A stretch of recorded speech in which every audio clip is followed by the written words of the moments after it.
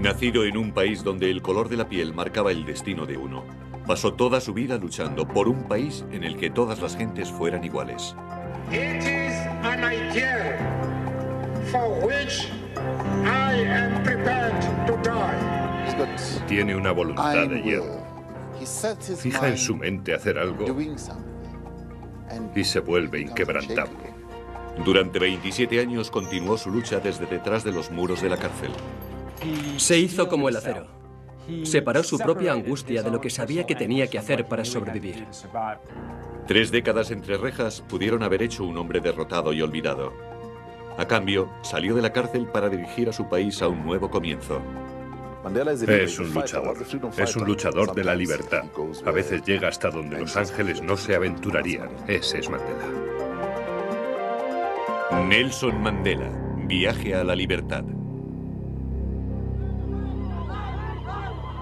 11 de febrero de 1990. Una extraordinaria visión. Después de 27 años entre rejas, Nelson Mandela sale de la cárcel como un hombre libre. Ha dedicado su vida a luchar para acabar con la dominación de una raza sobre otra. Y esta liberación promete todo un nuevo capítulo en la historia de Sudáfrica. Ha sido un largo viaje hasta este momento, un viaje que empezó en un remoto rincón de esta preciosa tierra.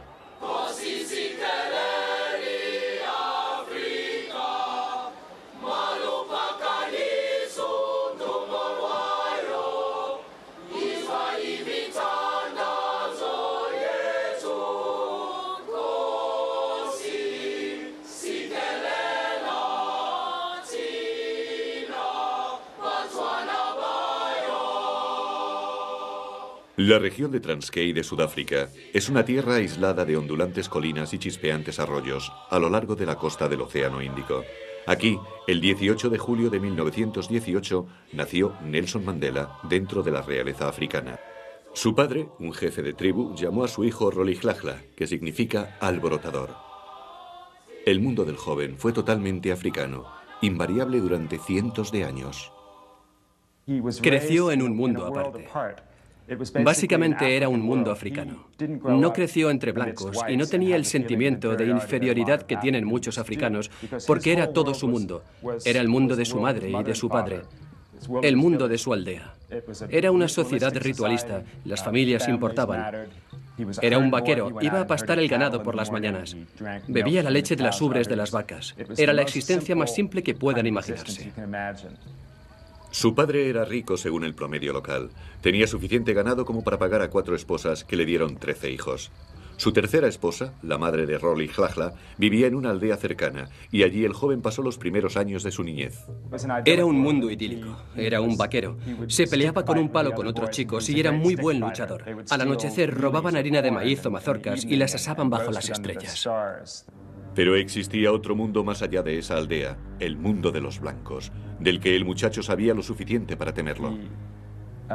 Él, siendo niño, veía a los blancos como dioses que venían desde otro lugar que él no conocía y que ocasionalmente les visitaban y les miraba con temor y respeto, porque veía la forma en que los mayores e incluso su padre trataban a los blancos, y supo, de la forma que intuyen los niños, que algo ocurría, algo que le daba un poco de temor y de miedo. Rolihlahla tenía solo 7 años cuando ese mundo blanco le causó un fuerte impacto. Su maestro negro decidió que necesitaba un nombre más conveniente para la sociedad blanca. En su primer día de clase, el maestro le preguntó su nombre y él dijo: "Me llamo Rolihlahla Mandela". Y el maestro se revolvió un poco y dijo: "Bien, yo te llamaré Nelson". Aquella noche, cuando llegó a su casa, le dijo a su madre que su nuevo nombre era Nelson, y su madre no fue capaz de pronunciarlo, así que mucho menos llamarle así. Pero en el colegio y en el mundo blanco, a partir de entonces, se llamó Nelson. Para Nelson, la idílica vida de niño de aldea terminó bruscamente cuando solo contaba 9 años. Su padre murió y fue separado de su madre para vivir en el gran lugar, bajo la custodia del regente, el que dirigía el destino de los Tembu, donde crecería para ser un dirigente. Para él fue como la ciudad de Esmeralda, el país de Oz. Fue fantástico. Iba más allá de su imaginación, lo grande que era ese lugar. Allí era donde era el rey, el regente. Vivía, y él fue allí y se quedó, ya sabes, asombrado de aquella grandeza. El gran lugar era el centro de la vida de los Tembu. Cuando tenían que resolverse asuntos, los jefes de las zonas lejanas se reunían aquí para encontrarse con el regente. Y Nelson observaba todo esto con admiración y respeto, porque todos esos jefes eran grandes hombres, eran muy elocuentes y fuertes. Y cuando tenían estos encuentros, cada uno de ellos hablaba por turno. Muchos de ellos criticaban al regente severamente y a Nelson como niño le sorprendía mucho y eso se convirtió para él en un símbolo de lo que debía ser una democracia. El regente crió a Nelson como a su propio hijo y le encaminó para ser un consejero del nuevo rey. Para su educación, Nelson fue enviado a un internado de élite. Cuando terminó el internado le mandaron a la Universidad de Fort Hare, el Harvard de los negros de Sudáfrica. Allí se enfrentó con su primer dilema moral. Fue elegido como representante de los estudiantes en una votación que él consideraba injusta. Cuando rechazó el puesto, fue expulsado. El asunto fue de gran relevancia, pero Nelson lo vio como una cuestión de principios y no cedió. Su inquebrantable determinación por seguir su sentido de la justicia le caracterizó el resto de su vida. A la edad de 21 años, Nelson regresó a Transkei y descubrió que el regente le había buscado una novia. Nelson se sobresaltó. No estaba preparado para una vida de matrimonio, ni tenía intención de casarse con una chica local, así que se marchó a Johannesburgo. En 1941, Johannesburgo le abrió los ojos sobre la auténtica Sudáfrica. Aquí existía un mundo de injusticias debido a la separación de las razas. Era un mundo al que nunca antes tuvo que enfrentarse. Realmente creo que la eliminación y la relativa protección del principal peso del racismo de los blancos le habría salvado del impacto decisivo que el impacto psicológico que muchísimos negros sudafricanos sufrieron en su época. En 1941, Sudáfrica no era solo un país de africanos dirigido por blancos. Era un país en el que los africanos se veían forzados a enfrentarse a su disminuido estatus cada día de su vida, de la mañana a la noche. La separación de los blancos definía totalmente la vida de los africanos, desde el hospital donde nacían hasta el autobús que les llevaba a casa en la ciudad donde vivían o a la escuela donde acudían. Cuando llegó a la edad adulta, su trabajo era el único entre los africanos, su casa la única entre los africanos. El tren que le llevaba a trabajar era únicamente para africanos. Podían pararle en cualquier momento, en cualquier lugar, y obligado a mostrar su pase y documentos en los que se reseñaban las zonas donde podía entrar. Por primera vez en su vida, Mandela se vio a sí mismo como un hombre negro en una sociedad blanca. De una forma extraña, el racismo de la ciudad le definió como a un hombre negro. Y de alguna forma empezó el fuego interno del resentimiento que finalmente condujo a una rebelión en toda regla. Muy pronto, después de su llegada a Johannesburgo, cuando buscaba trabajo, le presentaron a Walter Sisulu, un prominente hombre de negocios africano, activista del Congreso Nacional Africano. Me impresionó al instante su porte, su manera de acercarse, y era brillante. Era un joven muy despierto. Sisulu se percató de la fuerza que como líder podía ejercer.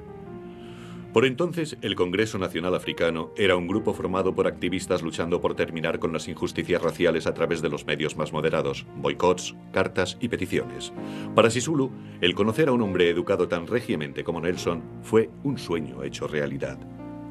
Con la ayuda de Sisulu, Mandela empezó a trabajar como oficinista en una firma de abogados durante el día y por la noche continuaba con los estudios de leyes.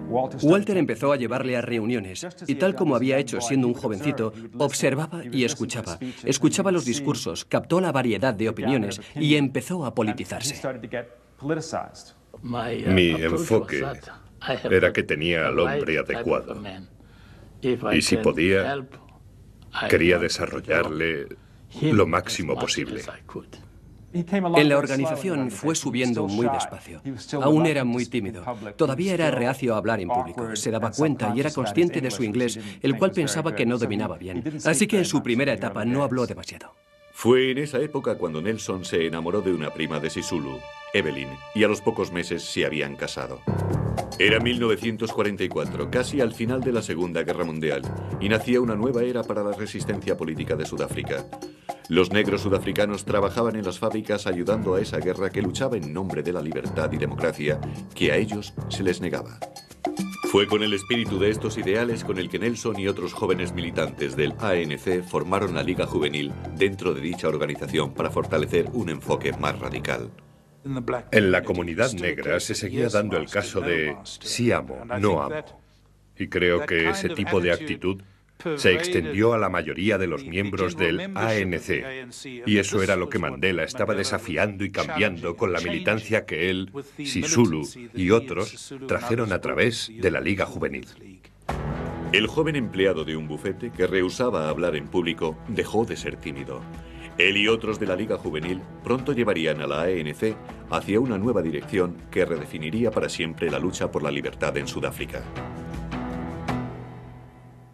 1946. Nelson Mandela tenía 28 años y empezaba a tener una vida relativamente cómoda en Johannesburgo.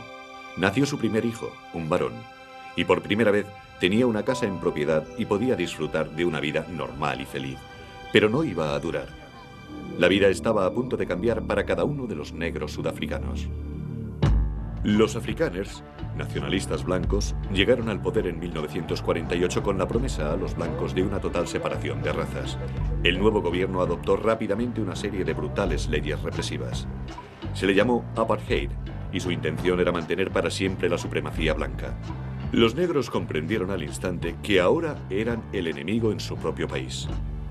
Hasta el mismo Nelson vio el cambio en la vida de Sudáfrica, vio cómo se saltaban las leyes y vio oscuros nubarrones amenazadores en el horizonte, tal como lo describió una vez. Cuando concentró su mente, la concentró en sus propias ambiciones políticas. Decididos a defenderse, Mandela y demás activistas lanzaron la campaña de oposición, un programa de desobediencia civil sin violencia. La campaña se esparció como el fuego entre la comunidad negra, ciudad tras ciudad. Miles de africanos se pusieron en acción políticamente por primera vez en su vida y desobedecieron las leyes del apartheid. Fue Mandela el que organizó la ayuda para dicha campaña y su clamoroso éxito le hizo ser conocido en todo el país. Mandela representaba la línea divisoria, el cambio del viejo enfoque constitucional a un enfoque más desafiante, asertivo y agresivo, y eso naturalmente le dio una imagen muy particular.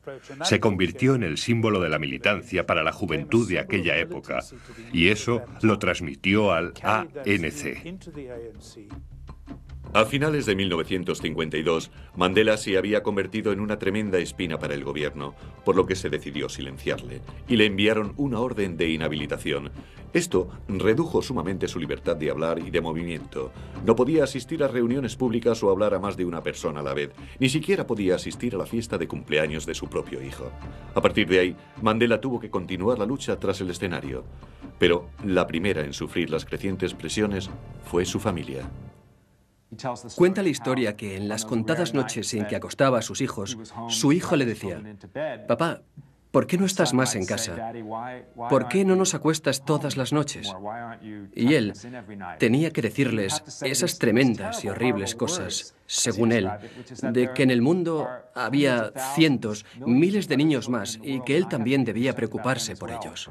Mandela luchó contra el apartheid, no solo políticamente, sino profesionalmente. Él y su amigo Oliver Tambo fundaron el único bufete de abogados negros de Sudáfrica. Eso era como la meca de todas las personas negras de Sudáfrica que tenían problemas legales. Solo tenían ese bufete de abogados y la gente iba a visitarles. Para entrar cada día en su despacho, tenía que pasar a través de docenas de personas que esperan en el vestíbulo para verle. Era el joven mejor vestido de todos nosotros. Andaba erguido y se acercaba a preguntar a los testigos con una gran confianza.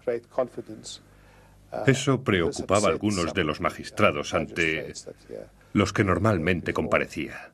Pero Mandela soportó tanto racismo en los juzgados como lo hacía en las calles de Johannesburgo. Tuvo testigos blancos en procedimientos que rehusaron o trataron de rehusar ser preguntados y contestar a un hombre negro, ya que nunca habían sido cuestionados por ningún hombre de color. Nunca habían tenido una relación de confrontación con un hombre negro que, de hecho, tuviera alguna autoridad sobre ellos. En aquella época era algo revolucionario. Mientras tanto, el gobierno continuaba imponiendo implacablemente el apartheid y aplastando cualquier oposición. Comunidades enteras fueron obligadas a salir de sus hogares, a veces a punta de pistola, y realojadas en zonas áridas a las afueras de la ciudad. Pero mientras la represión aumentaba, lo mismo hacía la voluntad de Mandela. Al ver que el poder nacional se iba cerrando sobre la vida de Sudáfrica, se dio cuenta que no había salida para él. Ese era su destino y las cosas solo iban a ponerse aún peor. Ahora ya no podía escapar, ni tampoco lo quería. Las 24 horas al día Mandela luchaba contra el apartheid de todas las formas posibles. Su vida entera se consumió en esa lucha. Entonces, en diciembre de 1956, el Estado finalmente movió ficha. En una redada por todo el país, la policía detuvo a Mandela y a 155 activistas más y les acusó de alta traición. La detención de Mandela, además de su interminable trabajo político, fue más de lo que su esposa, Evelyn, pudo soportar. Después de 12 años de matrimonio, le abandonó. A solas, Mandela aguantó el juicio por traición y se tardarían 4 largos años antes de declararle no culpable. La vida personal de Nelson felizmente cambió durante este difícil periodo. Un día, regresando a casa del juicio, divisó a una joven en la parada del autobús cuya belleza le deslumbró. Se llamaba Winnie Madikizela. Se las arregló para concertar una cita con ella y al finalizar dicha cita decidió que se casaría con ella. En un aspecto, Winnie era, en parte, una mujer moderna, cosa que nunca fue Evelyn. Winnie fue, de alguna manera, una de las primeras mujeres modernas africanas. Era independiente, tenía su propia opinión sobre las cosas. Y él vio en ella, en lo que se convertiría más adelante, en una mujer animada, independiente y fuerte. Y eso le gustó. Quería a alguien que se sintiera a su igual. El 14 de junio de 1958, Nelson y Winnie se casaron en una pequeña iglesia de Transkei. El matrimonio le trajo a Nelson mucha alegría y su profundo amor por Winnie le fortalecería para las luchas venideras. Pero su vida estaba a punto de tomar un giro dramático. En 1960, una ciudad llamada Sharpeville mostró a Mandela la violencia que estaban dispuestos a cometer para impedir cambios. Ante una protesta, la policía disparó más de 700 veces sobre una muchedumbre de hombres, mujeres y niños negros. Mataron a 69 personas. Inmediatamente se produjeron disturbios por todo el país. El gobierno decretó el estado de emergencia y declaró ilegal al Congreso Nacional Africano. La combinación de esa masacre y la prohibición de la resistencia pacífica fue realmente la gota que colmó el vaso. Y en ese momento, el ANC, liderado por Mandela, no es que entonces fuera el dirigente de la organización, sino su pensamiento, llevó a la organización a adoptar una estrategia de guerrilla violenta. Con el Congreso Nacional Africano ilegal, Mandela se pasó a la clandestinidad. Un día era una figura pública y al siguiente había desaparecido. Cuando Mandela pasó a la clandestinidad, su figura de hombre se adornó de una imagen romántica. Se convirtió en un ídolo, en una figura gloriosa y heroica para todos los jóvenes negros sudafricanos particularmente. En fin, a partir de entonces, quedaban todos petrificados con su nombre. Desde su escondite formó el brazo armado del ANC, Mkhonto we Sizwe, el arpón de la nación, el cual empezó a llevar a cabo actos estratégicos de sabotaje. Para Mandela, ser un comandante secreto significaba pasar la vida escapándose, donde cada movimiento debía ser cuidadosamente planificado. Todo debía ser planeado con antelación. Dónde iba a pasar la noche, cómo iba a ir del punto A al punto B, se convirtió en un militar táctico solo en el sentido de que tenía que vivir su vida, porque tenía que planificarla como una elaborada campaña todos los días. En enero de 1962, le sacaron de Sudáfrica y viajó intensamente por todo el continente y a Londres, buscando ayudas y fondos para su lucha armada. Recibió entrenamiento militar en Argelia y Etiopía. Con 43 años y lejos de Sudáfrica, sintió auténticamente la libertad por primera vez en su vida. Pero eso duraría poco. Aunque en su país era el hombre más deseado, volvería para continuar la lucha. En julio, Mandela se coló de nuevo en Sudáfrica, pero pronto fue detenido por la policía. Fue condenado a 5 años de prisión por salir del país ilegalmente e incitar a la gente a la huelga. Mientras estaba en la cárcel, la policía hizo una redada en el cuartel general clandestino de la ANC. Su comandancia militar fue detenida y acusada de sabotaje y conspiración para derrocar al gobierno. Mandela fue llevado con ellos a juicio. Eso fue realmente un gran disgusto para todos nosotros, porque eran los líderes de nuestra lucha los que fueron detenidos. Unos pocos escaparon, pero ellos eran realmente la gente que contaba para que pudieran dirigirnos, y todos fueron detenidos en una sola redada. Esta vez el caso del gobierno era consistente como una roca y Mandela sabía que le caería la pena máxima, la muerte. Y así es como fuimos a juicio. esperando lo peor. Y su actitud durante todo el proceso fue prepararnos para esa eventualidad. Tanto que, como el juicio era muy rígido, nos volvió a persuadir de que, incluso si nos sentenciaban a muerte, nosotros no debíamos presentar una apelación. Mandela vio en el juicio su última posibilidad para contar al mundo sobre la Sudáfrica en la que él vivía y con la que él soñaba. Lo que intentaban hacer era condenar todo el sistema de Sudáfrica. Mandela dijo, quisiera llevar a juicio a Sudáfrica, quisiera llevar a juicio a los opresores. En realidad, se declararon culpables de las acusaciones, pero dijeron, sí, pero vosotros sois los auténticos criminales. Así que Mandela rehusó defenderse a sí mismo. Una defensa legitimaría el caso del Estado. En su lugar hizo un apasionado discurso al tribunal que duró 4 horas. Mandela terminó su discurso con quizá sus palabras más famosas. He luchado contra la dominación blanca y he luchado contra la dominación negra. He soñado con un ideal de sociedad democrática en la cual todas las personas vivan juntas en armonía y con igualdad de oportunidades. Es un ideal que me hace querer vivir para conseguirlo, pero si es necesario, es un ideal por el que estoy dispuesto a morir. Esas serían las últimas palabras que expresaría en público durante casi 30 años. El 12 de junio de 1964, en la Corte Suprema de Pretoria, Sudáfrica, Nelson Mandela, de 45 años, fue condenado con otros 7 más por conspiración para derrocar el gobierno. Fueron sentenciados a cadena perpetua para ser cumplida en Robben Island, el Alcatraz de Sudáfrica, una isla rocosa y árida, rodeada de un mar embravecido, a 12 kilómetros de la costa Ciudad del Cabo. Nos lo dijeron claramente. Nuestra misión es doblegar vuestro espíritu. Y eso es lo que vamos a hacer.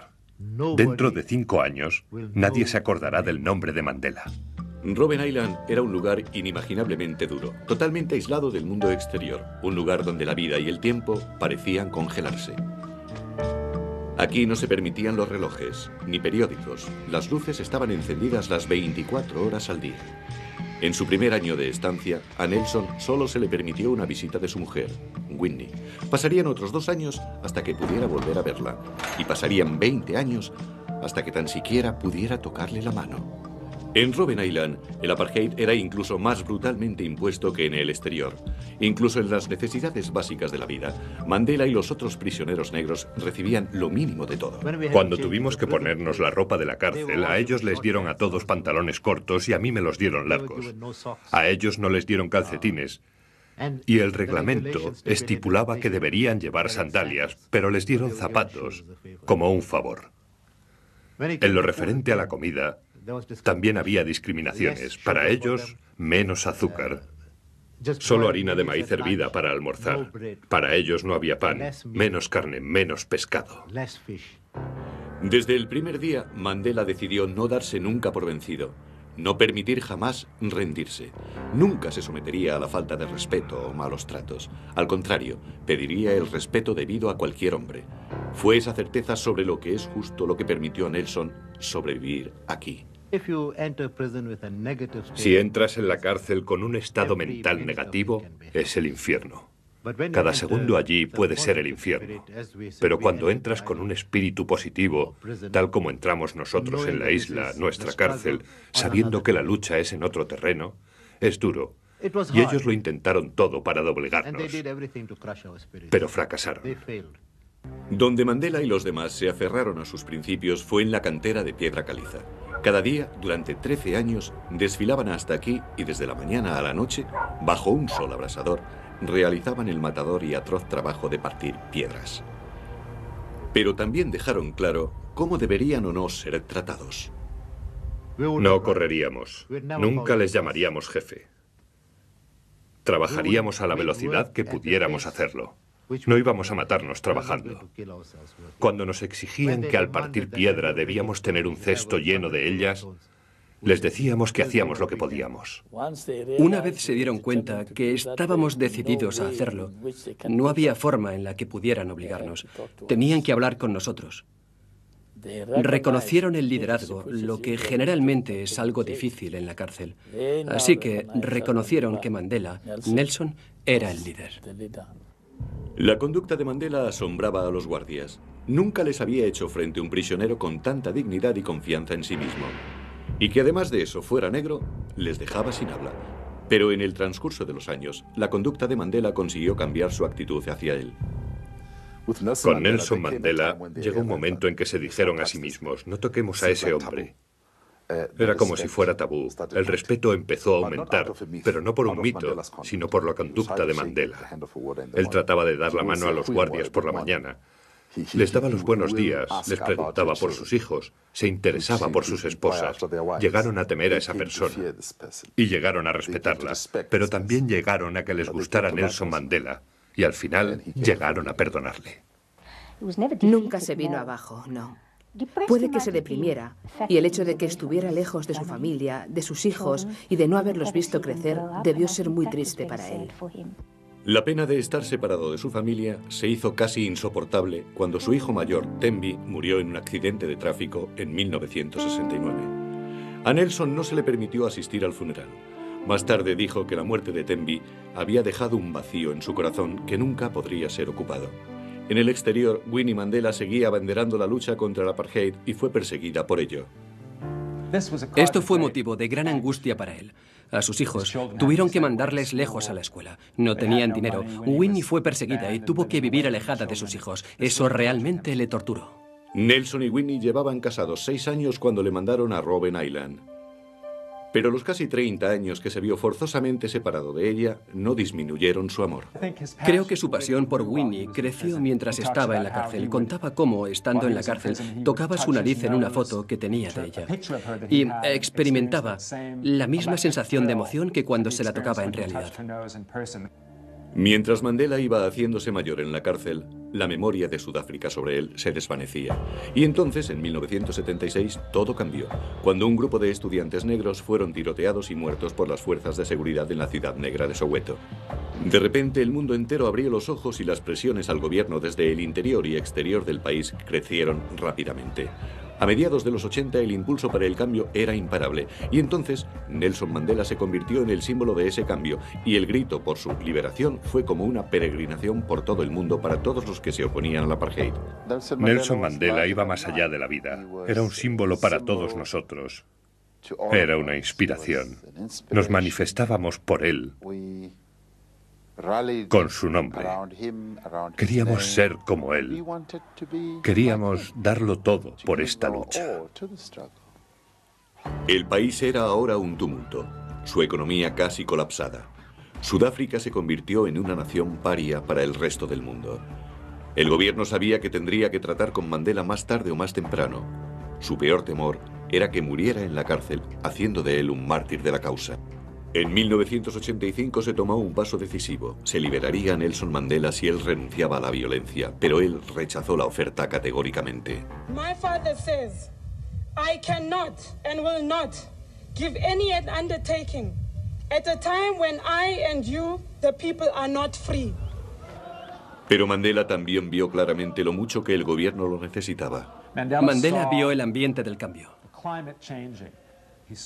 Vio el odio sobre el cual se sustentó el apartheid por todo el resto del mundo. Vio que cambiaba la situación y que cambiaba a su favor. También vio que el gobierno abría algo la mano. El gobierno buscaba una vía para salir de ese lío. En 1985 Mandela entabló reuniones secretas con el gobierno que durarían 5 años. Reuniones que sentarían las bases para el inevitable final de toda la supremacía blanca. Muy despacio el gobierno empezó a preparar a Mandela para su eventual libertad. Ahora sabemos que por aquel entonces Mandela era, de hecho, llevado por todo el país, preparándolo silenciosamente para su liberación, ya que había sido apartado de la vista de toda una generación. Nadie sabía cómo era. Apareció en playas, entró en tiendas, pero nadie le reconoció. En fin, realmente era una de las más extraordinarias situaciones. Todas las personas del mundo conocían su nombre, pero él podía andar por las calles de Ciudad del Cabo y no ser reconocido. En septiembre de 1989, con la elección del pragmático de Klerk como presidente, los acontecimientos empezaron a ir más rápido de lo que se esperaba. Al cabo de un mes, Walter Sisulu y los demás encarcelados por traición fueron liberados. Al cabo de 2 meses, el gobierno empezó a anular las leyes del apartheid. A principios de febrero de 1990, el ilegal ANC fue declarado legal. Y luego, el 10 de ese mismo mes, noticias electrizantes. I am now in a position to announce that Mr. Nelson Mandela will be released at the Victor Verster prison on Sunday, the 11th of February, at about 3 p.m. El ambiente en el país esa noche fue indescriptible. Al día siguiente, una leyenda. El hombre más famoso en Sudáfrica, pero un hombre que no había sido visto en casi 30 años, aparecería a la luz del público para cambiar la historia de la nación.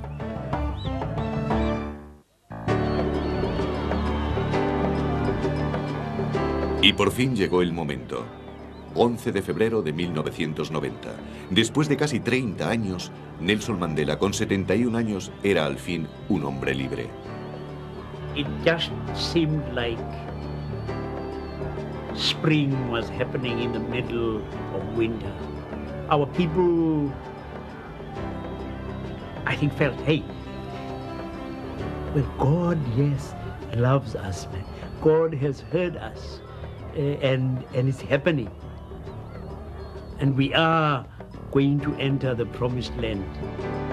En el país hubo una explosión de celebraciones. En Ciudad del Cabo, más de 500.000 seguidores blancos, negros, jóvenes y viejos abarrotaron la plaza principal para oírle hablar por primera vez en casi 3 décadas. Amandla! Amandla! Y África!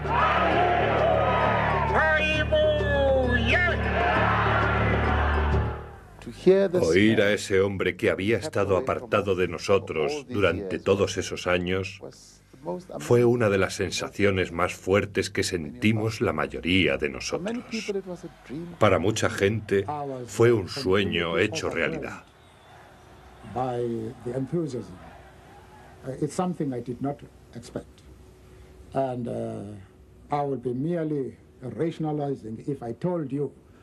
That I am able to describe my own feelings. It was breathtaking.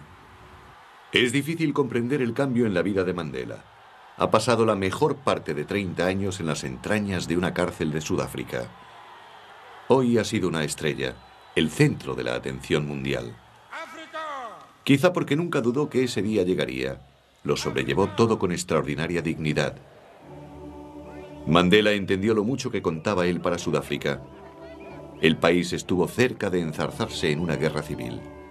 El gobierno vio en él la oportunidad para salvaguardar la paz y estabilidad, y los sudafricanos negros vieron en él la mejor esperanza para la igualdad. All of what we were looking for, his release would indicate that, hey, we are crossing the Jordan. Pero para Mandela, su liberación solo significaba una cosa: la oportunidad de continuar con su larga lucha para que Sudáfrica se convirtiera en un hombre, un voto, y que ningún hombre controlara a otro. Tan solo 3 meses después de su liberación, Mandela fue elegido para liderar el Congreso Nacional Africano en un primer e histórico encuentro oficial con el gobierno. Después de 3 días, ambas partes se comprometieron a un cambio pacífico. Los testigos puede que no sospecharan lo implacables que habían sido esos enemigos. Creo que se dio cuenta con tiempo que para crear una Sudáfrica unida y no racial tenía que hacerse de forma que estuviera desprovista de amargura. No podía mostrar resentimiento, debía ser más fuerte que todo eso. Y mientras viajaba por todo el mundo, fue honrado como uno de los líderes mundiales y aclamado como un héroe. Pero de vuelta a casa, Mandela y el gobierno se enfrascaron en 3 duros años de negociaciones y demostró ser un maestro en política. Sin ceder nunca sobre los principios básicos, Mandela también sabía exactamente cuándo transigir. He is also someone who, as an astute politician, tries to make sure that you give space to the other person. Give the other person the opportunity of being able to save face. Don't rub his nose in the dust. Don't kick him when they're down. Pero a pesar de sus grandes cualidades para la negociación, no pudo salvar las no reveladas relaciones con su esposa. Mientras Winnie se había vuelto más autócrata y radical a través de los años, su imagen pública se había deteriorado. Ahora estaba relacionada con el secuestro y agresión a un joven que acabó con su vida. Fue acusada de cargos criminales, fue condenada por secuestro, pero le dieron la libertad condicional y una multa. Durante el proceso, Mandela estuvo a su lado. Pero después se revelaron nuevos escándalos, un asunto con su joven abogado y aseveraciones sobre finanzas fraudulentas. Él es un hombre de una enorme lealtad. Sentía que ella había estado a su lado durante los 27 años que él había estado en la cárcel después de pocos años de matrimonio. Y él iba a estar junto a ella para bien o para mal. Pero al mismo tiempo, se sentía enfadado y traicionado por ella, con la única persona que podía estar íntimamente. De pronto, ya no le era leal. A pesar de los profundos sentimientos por Winnie, a Mandela no le quedó más alternativa. Anunció que iba a abandonarla. Que un amor tan duradero y profundo terminara de esta manera fue devastador para él. I part from my wife with no recriminations. I embraced her with all the love and affection I have nursed for her inside and outside prison. Ladies and gentlemen, I hope you'll appreciate the pain I have gone through. Pero no obstante, el dolor que sentía por Winnie estaba consiguiendo extraordinarios logros en el escenario político.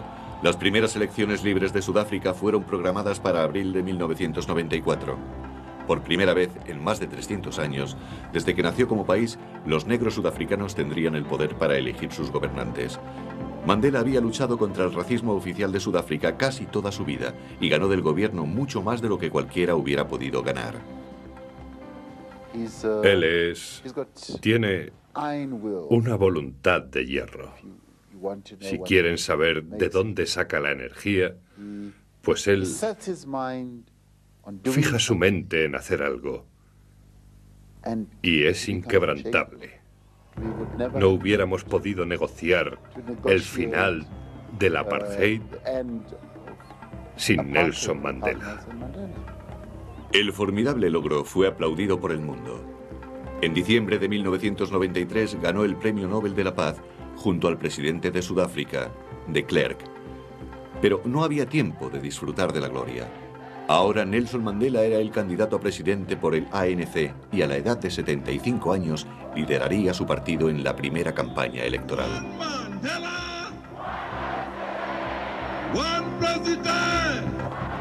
Según las apariencias, parecía un hombre con la mitad de años. Su energía parecía ilimitada mientras recorría todo el país. Por fin llegó el día de las elecciones. El 27 de abril de 1994, los negros de Sudáfrica se congregaron a millones para votar. En algunas zonas los votantes permanecieron en fila al sol durante 3 días para ejercer su recién estrenado derecho. Ante la sorpresa de nadie, el Congreso Nacional Africano se hizo con la victoria, con Mandela a la cabeza.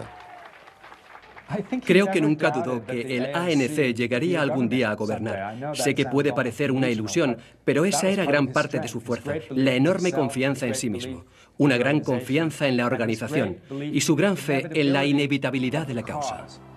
10 de mayo de 1994, en la Union Building de la capital de Sudáfrica, Pretoria, una vez el bastión del poder blanco, Nelson Mandela hizo el juramento como presidente.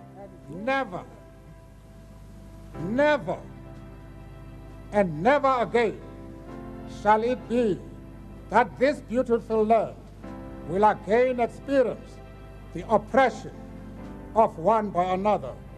Let freedom reign. God bless Africa. De vaquero en Transkei, a prisionero y a presidente. Nelson Mandela prometía a Sudáfrica un nuevo comienzo. En mayo de 1994, Nelson Mandela se convertía en presidente de Sudáfrica en una victoria aplastante. Ahora se enfrentaba a la enorme tarea de reconciliar a la gente de un país dividido y satisfacer las esperanzas de la vasta mayoría negra. Los quehaceres del día a día eran desalentadores. Debería cumplir lo prometido y proporcionar casas a casi 7 millones de negros sin hogar, crear trabajo para los millones que no lo tenían, suministrar agua y electricidad a vastas áreas y lo que era vital para el futuro del país, dar educación a todo el mundo. En fin, se impuso la tarea de reinventar Sudáfrica. Mandela es un líder, es un luchador. Fue un luchador de la libertad y es una persona que puede tomar decisiones muy, muy difíciles. A veces llega hasta donde los ángeles les da miedo llegar. Ese es Mandela. Pero inevitablemente llevar a cabo sus promesas ha tardado más de lo esperado, aunque ya se han producido cambios en la vida de muchos. Ahora tienen garantizada asistencia médica a las mujeres embarazadas y a los niños hasta 6 años. Y cada escolar tiene garantizado un sándwich gratis para el almuerzo. Por lo demás, parece que la gente tiene la voluntad de esperar de momento, cuando menos. Ven a Mandela como a un hombre de palabra, cuyas promesas a la larga cumplirá. Incluso aquellos que dudaban de él, y muchos de los que tenían temor de sus reglas, están empezando a aceptar su liderazgo. I just think, that we are an incredibly blessed country. And of course, people now realize it. People who used to vilify him as a terrorist and so forth, everyone is eating out of his hand now. Everyone. Pero naturalmente Mandela también tiene críticas, y una de las más notables es Winnie Mandela. Le acusa de estar demasiado preocupado disipando los temores a los blancos. En marzo de 1995, Mandela la echó de su gabinete por no colaborar y un año más tarde, su ruptura personal fue definitiva. Se divorció después de 38 años de matrimonio. Las exigencias de la presidencia han sido muy difíciles para Nelson Mandela. Tiene poco tiempo para sí mismo. Ha dicho que tenía más libertad en la cárcel que en su despacho. Pero las satisfacciones son considerables. Por un lado, pocos líderes mundiales han sido tan universalmente aclamados. Esto le da la oportunidad para mostrar al mundo que la democracia puede venir de los lugares más insospechados. Mandela igual está con reyes y primeros ministros que con mendigos en la calle.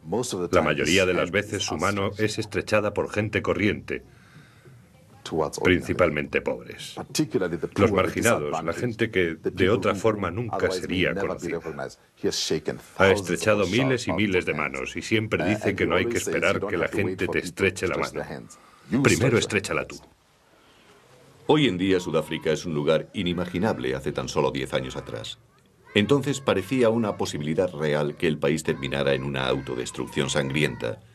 El que no sucediera y que un hombre encarcelado por su política durante la mitad de su vida haya sido el que ha traído la paz es una de las historias más extraordinarias de este siglo. Creo que Mandela deja un poderoso legado, que es una especie de cimiento para la nueva sociedad.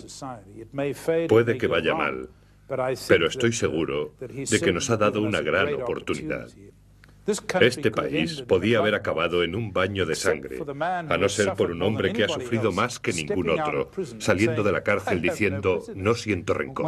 Una de las principales lecciones de Nelson Mandela es una lección de valor, tanto físico como moral. Tuvo miedo muchas veces a lo largo de su vida, pero nunca lo demostró. Triunfó sobre sus miedos, comprendiendo que un líder tiene que demostrar valor. Y esta es una de las principales lecciones que Mandela nos ha enseñado. He held this country together when we could have been blown to smithereens.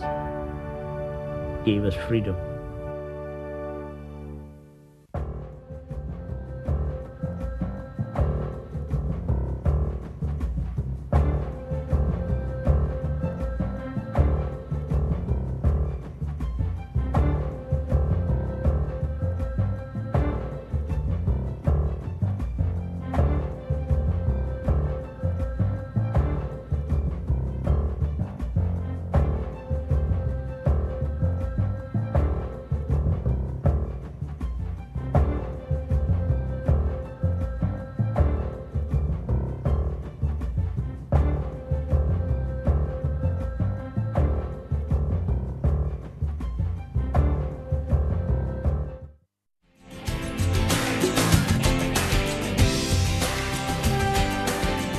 Canal de Historia.